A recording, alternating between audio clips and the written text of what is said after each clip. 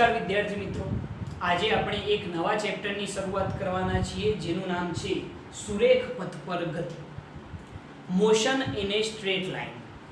Okay, તો આ ચેપ્ટરની અંદર આપણે શરૂઆતમાં કેટલાક બેઝિક કોન્સેપ્ટ જોઈશું અને એના પછી સ્ટેપ બાય સ્ટેપ આપણે ચેપ્ટરની અંદર આગળ વધવાના છીએ. તો આજે આપણે કેટલાક બેઝિક કોન્સેપ્ટોની ચર્ચા કરીએ તો એની અંદર પહેલા એ વસ્તુ સમજો કે આ ચેપ્ટરનું જે નામ છે સુરેખ પથ પર ગતિ. અહીંયા જે ગતિ થવાની છે એ સુરેખ પથ પર થવાની છે, સીધા રસ્તા પરની ગતિ થવાની છે, એક જ રેખામાં ગતિ થવાની છે. એ સુરેખ પથ પર ગતિની ચર્ચા આપણે આ ચેપ્ટરની અંદર કરવાના છે. તો અહીંયા આગળ ગતિ શબ્દ જે છે એનો મતલબ સમજવો ખાસ જરૂરી છે. ગતિ એટલે કે મોશન.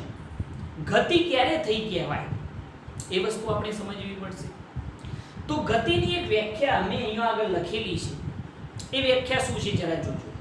જ્યારે કોઈ પદાર્થ બીજા પદાર્થની સાપેક્ષે સમય સાથે પોતાનું સ્થાન બદલતો હોય તો તે પદાર્થ બીજા પદાર્થની સાપેક્ષે ગતિમાં છે તેમ કહેવાય. મેં વ્યાખ્યા શું લખી છે કે જ્યારે કોઈ પદાર્થ બીજા પદાર્થની સાપેક્ષે સમય સાથે પોતાનું સ્થાન બદલતો હોય, ફરીથી જ્યારે કોઈ પદાર્થ બીજા પદાર્થની સાપેક્ષે સમય સાથે પોતાનું સ્થાન બદલતો હોય તો તે પદાર્થ બીજા પદાર્થની સાપેક્ષે ગતિમાં છે તેમ કહેવાય. ઓકે, કે કોઈ પણ પદાર્થ એ કોઈ બીજા પદાર્થની સાપેક્ષે સમય સાથે પોતાનું સ્થાન બદલે તો એ પદાર્થ ગતિમાં છે તેમ કહેવાય. દાખલા તરીકે તમે સ્થિર બેઠા છો, પરંતુ તમારી સાપેક્ષે હું સમય સાથે પોતાનું સ્થાન શું કરી રહ્યો છું, બદલી રહ્યો છું, તો હું ગતિમાં છું તેમ કહેવાશે. ઓકે, ગતિ જે છે એક સાપેક્ષ ખ્યાલ છે. પહેલા વ્યાખ્યામાં ખબર પડી ગઈ. ઓકે, કમ્પ્લીટ સમજો વ્યાખ્યાને કે જ્યારે કોઈ પદાર્થ એ બીજા પદાર્થની સાપેક્ષે સમય સાથે પોતાનું સ્થાન બદલતો હોય તો તે પદાર્થ બીજા પદાર્થની સાપેક્ષે ગતિમાં છે તેમ કહેવાય. ઓકે, ગતિ જે છે એક સાપેક્ષ ખ્યાલ છે. આ સ્ટેટમેન્ટને જરા સમજો કે ગતિ જે છે એ કેવો ખ્યાલ છે, સાપેક્ષ ખ્યાલ છે. મતલબ શું થાય આનો મતલબ સમજો કે ગતિ જે છે, મોશન જે છે એ બે વસ્તુઓને ભેગી કરવાથી બને છે.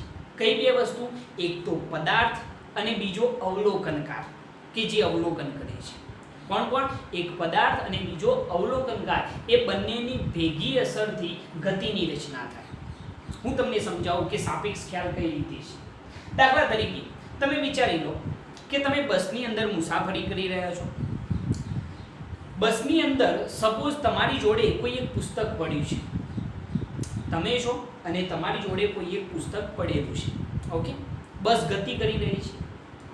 તમે જ્યારે પુસ્તકને જોવો છો તો પુસ્તક કેવું દેખાય? સ્થિર દેખાય. પુસ્તક કેવું દેખાશે? સ્થિર. પરંતુ બહાર ઉભેલી કોઈ એક વ્યક્તિ હોય, એ આ પુસ્તકને જોશે તો એને કેવી લાગશે? ગતિમાં લાગશે. ખબર પડે છે આ ઉદાહરણની અંદર હું શું સમજાવું છું કે તમે જ્યારે અવલોકન કર્યું ત્યારે પુસ્તક કેવું દેખાય છે? સ્થિર. પરંતુ બહારથી કોઈ વ્યક્તિ એને જોવે છે તો એને પુસ્તક કેવું દેખાય છે? ગતિમાં દેખાય છે. મતલબ કે ગતિ જે છે એ સાપેક્ષ ખ્યાલ છે. પદાર્થ અને અવલોકનકાર બંનેને ભેગા કરી અને ગતિની રચના થાય છે. ઓકે, એના પછી ગતિના ઉદાહરણો ઘણા બધા છે. દાખલા તરીકે આપણે ચાલીએ છીએ, દોડીએ છીએ, સાયકલ ચલાવીએ છીએ.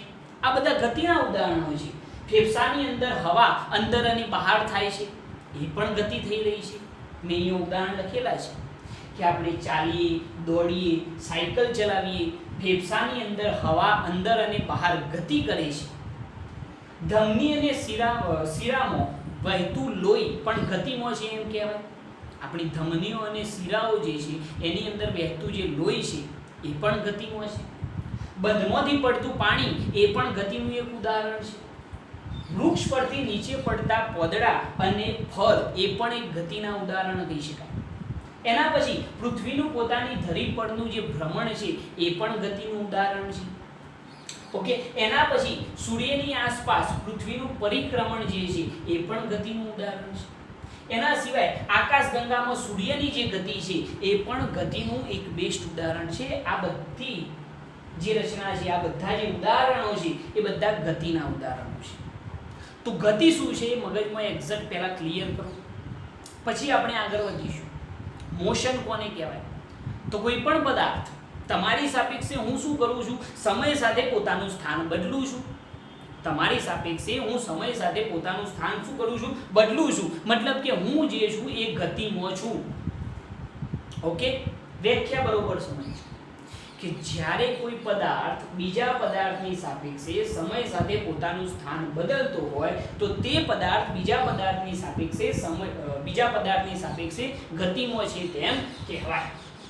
ઓકે, ગતિ કેવો ખ્યાલ? સાપેક્ષ ખ્યાલ. યાદ રાખજો. ઉદાહરણ, બસમાં બેઠા છો, બાજુમાં પુસ્તક પડ્યું તો તમને કેવું દેખાય? સ્થિર દેખાય. પરંતુ બહારની કોઈ વ્યક્તિ એને જોશે તો એને કેવું દેખાય? ગતિમાં દેખાય. મતલબ કે ગતિ એ કેવો ખ્યાલ છે? સાપેક્ષ ખ્યાલ છે. ઓકે, આ બધા એના ઉદાહરણો. બધા ઉદાહરણો યાદ રાખજો. ઘણા બધા તમારે જેટલા લખવા હોય એટલા તમે લખી શકો છો. ઓકે, એના પછી આપણે હવે વાત કરવાના છીએ ગતિનો અભ્યાસ. આપણે ભૌતિક વિજ્ઞાનની જે શાખામાં કરીએ છીએ એવા શાખાઓની થોડી ચર્ચા કરવાના છીએ. પહેલી શાખા છે યંત્રશાસ્ત્ર, મિકેનિક્સ, જેને આપણે કહીએ છીએ ઇંગ્લિશમાં. તો યંત્રશાસ્ત્ર કોને કહેવાય? તો પદાર્થની ગતિ અંગેનો અભ્યાસ કરતી ભૌતિક વિજ્ઞાનની શાખાને શું કહેવાય છે? યંત્રશાસ્ત્ર અથવા મિકેનિક્સ કહે છે. પદાર્થની ગતિ અંગેનો અભ્યાસ કરતી ભૌતિક વિજ્ઞાનની શાખાને શું કહેવાય છે? યંત્રશાસ્ત્ર અથવા મિકેનિક્સ કહેવાય છે.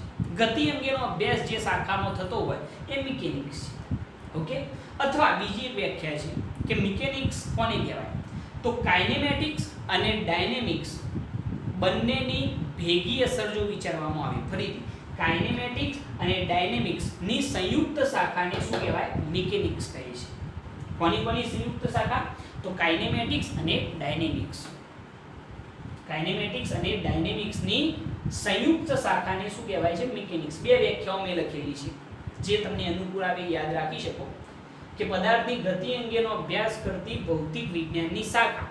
પદાર્થની ગતિ અંગેનો અભ્યાસ કરતી ભૌતિક વિજ્ઞાનની શાખા એટલે શું કહેવાય? મિકેનિક્સ અથવા તો યંત્રશાસ્ત્ર.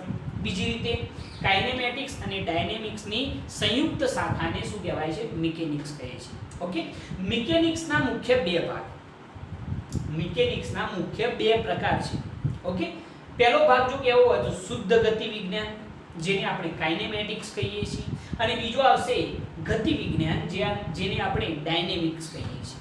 તો પહેલા આપણે વાત કરીએ શુદ્ધ ગતિ વિજ્ઞાન. બરોબર, કાઇનેમેટિક્સની ચર્ચા કરીએ. તો કાઇનેમેટિક્સની અંદર આપણે શું ભણવાના છે? તો ભૌતિક વિજ્ઞાનની જે શાખામાં ગતિની ચર્ચા તેના કારણોની ચિંતા કર્યા વગર કરવામાં આવતી હોય તે શાખાને શું કહેવાય? શુદ્ધ ગતિ વિજ્ઞાન અથવા તો કાઇનેમેટિક્સ કહે છે. મેં વ્યાખ્યા અહીંયા લખેલી છે, જરા ધ્યાનથી જોજો કે ભૌતિક વિજ્ઞાનની જે શાખામાં ગતિની ચર્ચા તેના કારણોની ચિંતા કર્યા વગર કરવામાં આવતી હોય તે શાખાને શું કહેવાય? શુદ્ધ ગતિ વિજ્ઞાન અથવા તો કાઇનેમેટિક્સ કહે છે. કારણોની ચિંતા બિલકુલ કરવાની નહીં.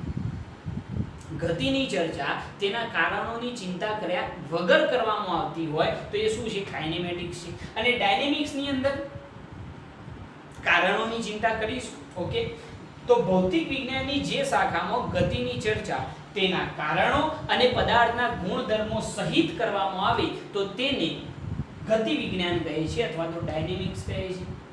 તો ખ્યાલ રહેશે આ બંનેનો. કઈ રીતે યાદ રાખવાનો?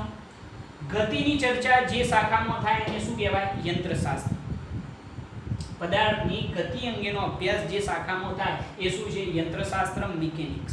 મિકેનિક્સના મુખ્ય કેટલા પ્રકાર? બે. કયા? કાઇનેમેટિક્સ અને બીજો કયો? ડાયનેમિક્સ. કાઇનેમેટિક્સની અંદર શું થાય? ગતિની ચર્ચા તેના કારણોની ચિંતા કર્યા વગર કરવામાં આવે. ગતિની ચર્ચા તેના કારણોની ચિંતા કર્યા વગર કરવામાં આવે તો એ શું છે? કાઇનેમેટિક્સ. અને ગતિની ચર્ચા તેના કારણો પ્લસ પદાર્થના ગુણધર્મો સહિત કરવામાં આવે તો એને શું કહેવાય છે? ડાયનેમિક્સ કહે છે. ઓકે, તો આ વાત થઈ ગઈ આપણી શાખાઓની. પહેલા આપણે ચર્ચા કરી ગતિની. ટોટલ ક્લિયર રાખજો મગજની અંદર. ગતિ ક્યારે થઈ કહેવાય? તો જ્યારે કોઈ પદાર્થ બીજા પદાર્થની સાપેક્ષે સમય સાથે પોતાનું સ્થાન બદલતો હોય તો તે પદાર્થ બીજા પદાર્થની સાપેક્ષે ગતિમાં છે તેમ કહેવાય. ગતિ કેવો ખ્યાલ? સાપેક્ષ ખ્યાલ સમજાવ્યું મેં. ઓકે, આ બધા એના ઉદાહરણો છે. એના પછી મેં શાખાઓ સમજાવી. પહેલું મિકેનિક્સ, ગતિની ચર્ચા આપણે જે શાખામાં કરીએ છીએ, ગતિ અંગેનો અભ્યાસ જે શાખામાં કરીએ એ મિકેનિક્સ. જો કારણોની ચિંતા કર્યા વગર અભ્યાસ કરવાનો હોય તો એ શું છે? કાઇનેમેટિક્સ. અને કારણોની ચિંતા કરીશું, ગતિના કારણો પ્લસ પદાર્થના ગુણધર્મો સહિત ચર્ચા કરતા હોય તો એ શું છે? ડાયનેમિક્સ છે. ઓકે, તો આટલી વસ્તુ બધી બેઝિક વસ્તુ છે જે મેં પહેલાથી જ અહીંયા આગળ લખેલી છે. ફટાફટ આને તમારી નોટબુકની અંદર લખી કાઢો. આ તમારા માટે ખૂબ જ ઇમ્પોર્ટન્ટ રહેશે. ઓકે,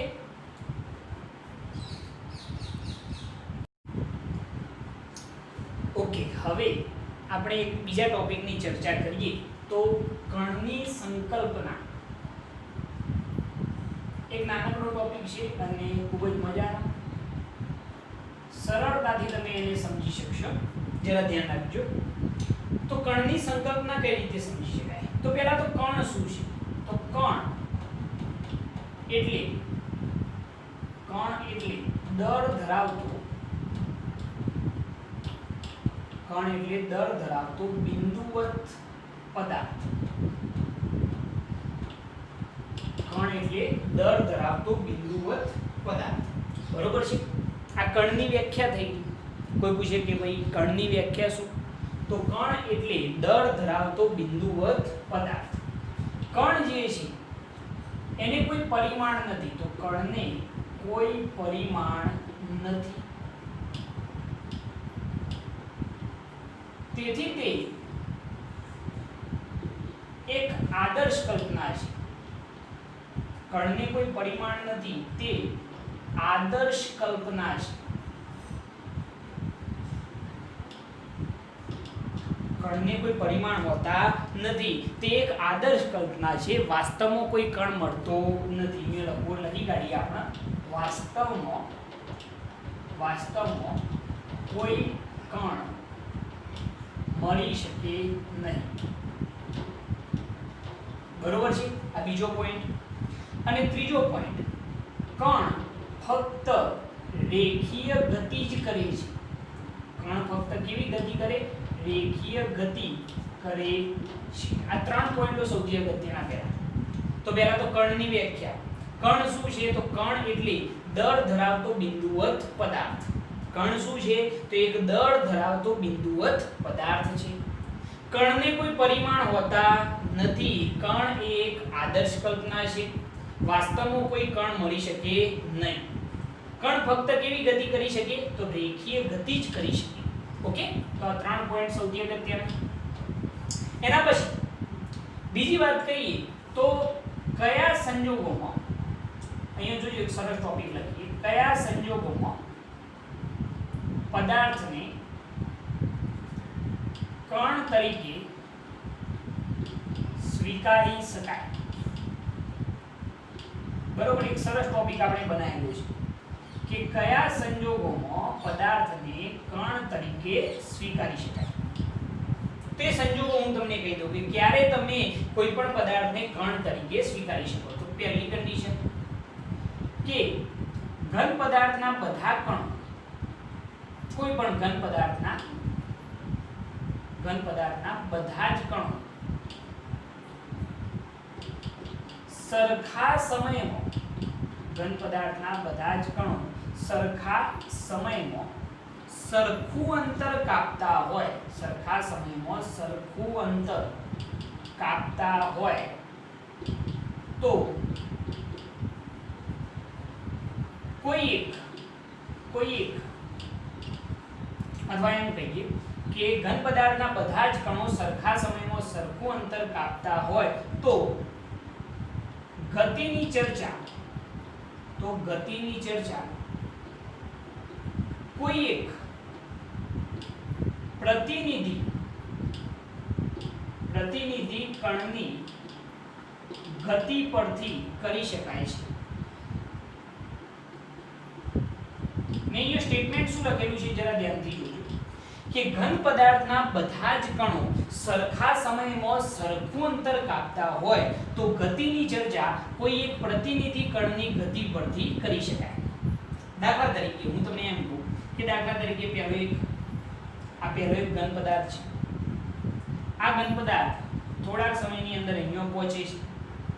ઓકે, હવે જરા જોજો, અહીંયા ઘણા બધા કરોડો કણો વિચારી શકાય, પરંતુ એની અંદર હું 3 જ કણો વિચારું છું, A, B અને અહીંયા આગળ વિચારીએ C.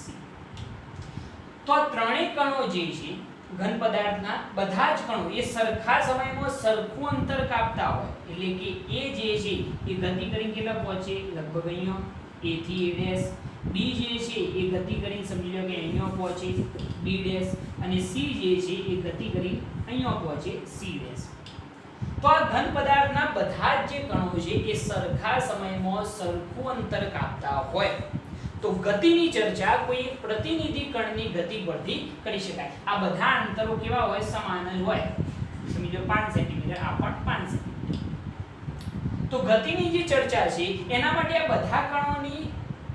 આ બધા કણોની ગતિનો અભ્યાસ કરવાની જરૂર નથી. કોઈ એક પ્રતિનિધિ કણની ગતિ પરથી સમગ્ર ગતિનો અભ્યાસ આપણે કરી શકીએ છીએ, કારણ કે અહીંયા બધા જ કણો સરખા સમયમાં કેવું સરખું અંતર કાપે છે. તો કોઈ એક પ્રતિનિધિ કણની ગતિ પરથી સમગ્ર ગતિની ચર્ચા કરી શકાય. દાખલા તરીકે આપણા ક્લાસની અંદર તમે બેઠા છો, સમજી લો કે 50 વિદ્યાર્થીઓ આપણા ક્લાસની અંદર બેઠા છે, તો એ 50 કણ કહી શકાય. હવે આ બધા જ કણો જે છે એ સરખા સમયમાં સરખું જ અંતર કાપવાના. સમજી લો કે હું એમ કહું કે ચલો ભાઈ આપણે બાજુના ક્લાસમાં લેક્ચર લેવાનું છે, તો એના માટે મારે 50 વિદ્યાર્થીઓ એટલે કે કણોને કહેવાની જરૂર પડશે નહીં. હું કોઈ એક પ્રતિનિધિ કણને કહી દઈશ કે ચલો ભાઈ અહીંયાથી ઉઠી અને બાજુના ક્લાસમાં આપણે ભણવા જવાનું છે, તો બધા જ કણો સરખા સમયમાં સરખું અંતર કાપશે.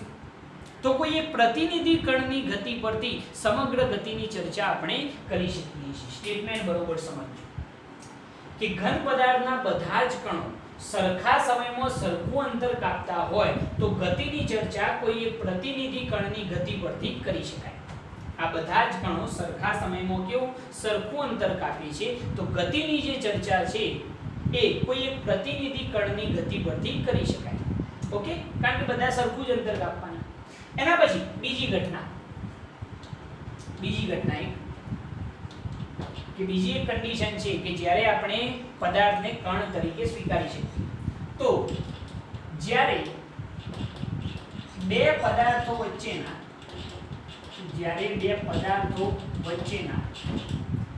અંતરની સરખામણીમાં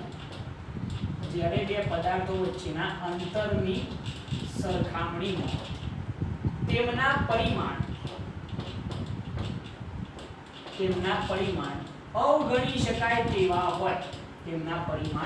અવગણી શકાય તેવા હોય ત્યારે તે પદાર્થોને કણ તરીકે લઈ શકાય. સ્ટેટમેન્ટ જરા સમજજો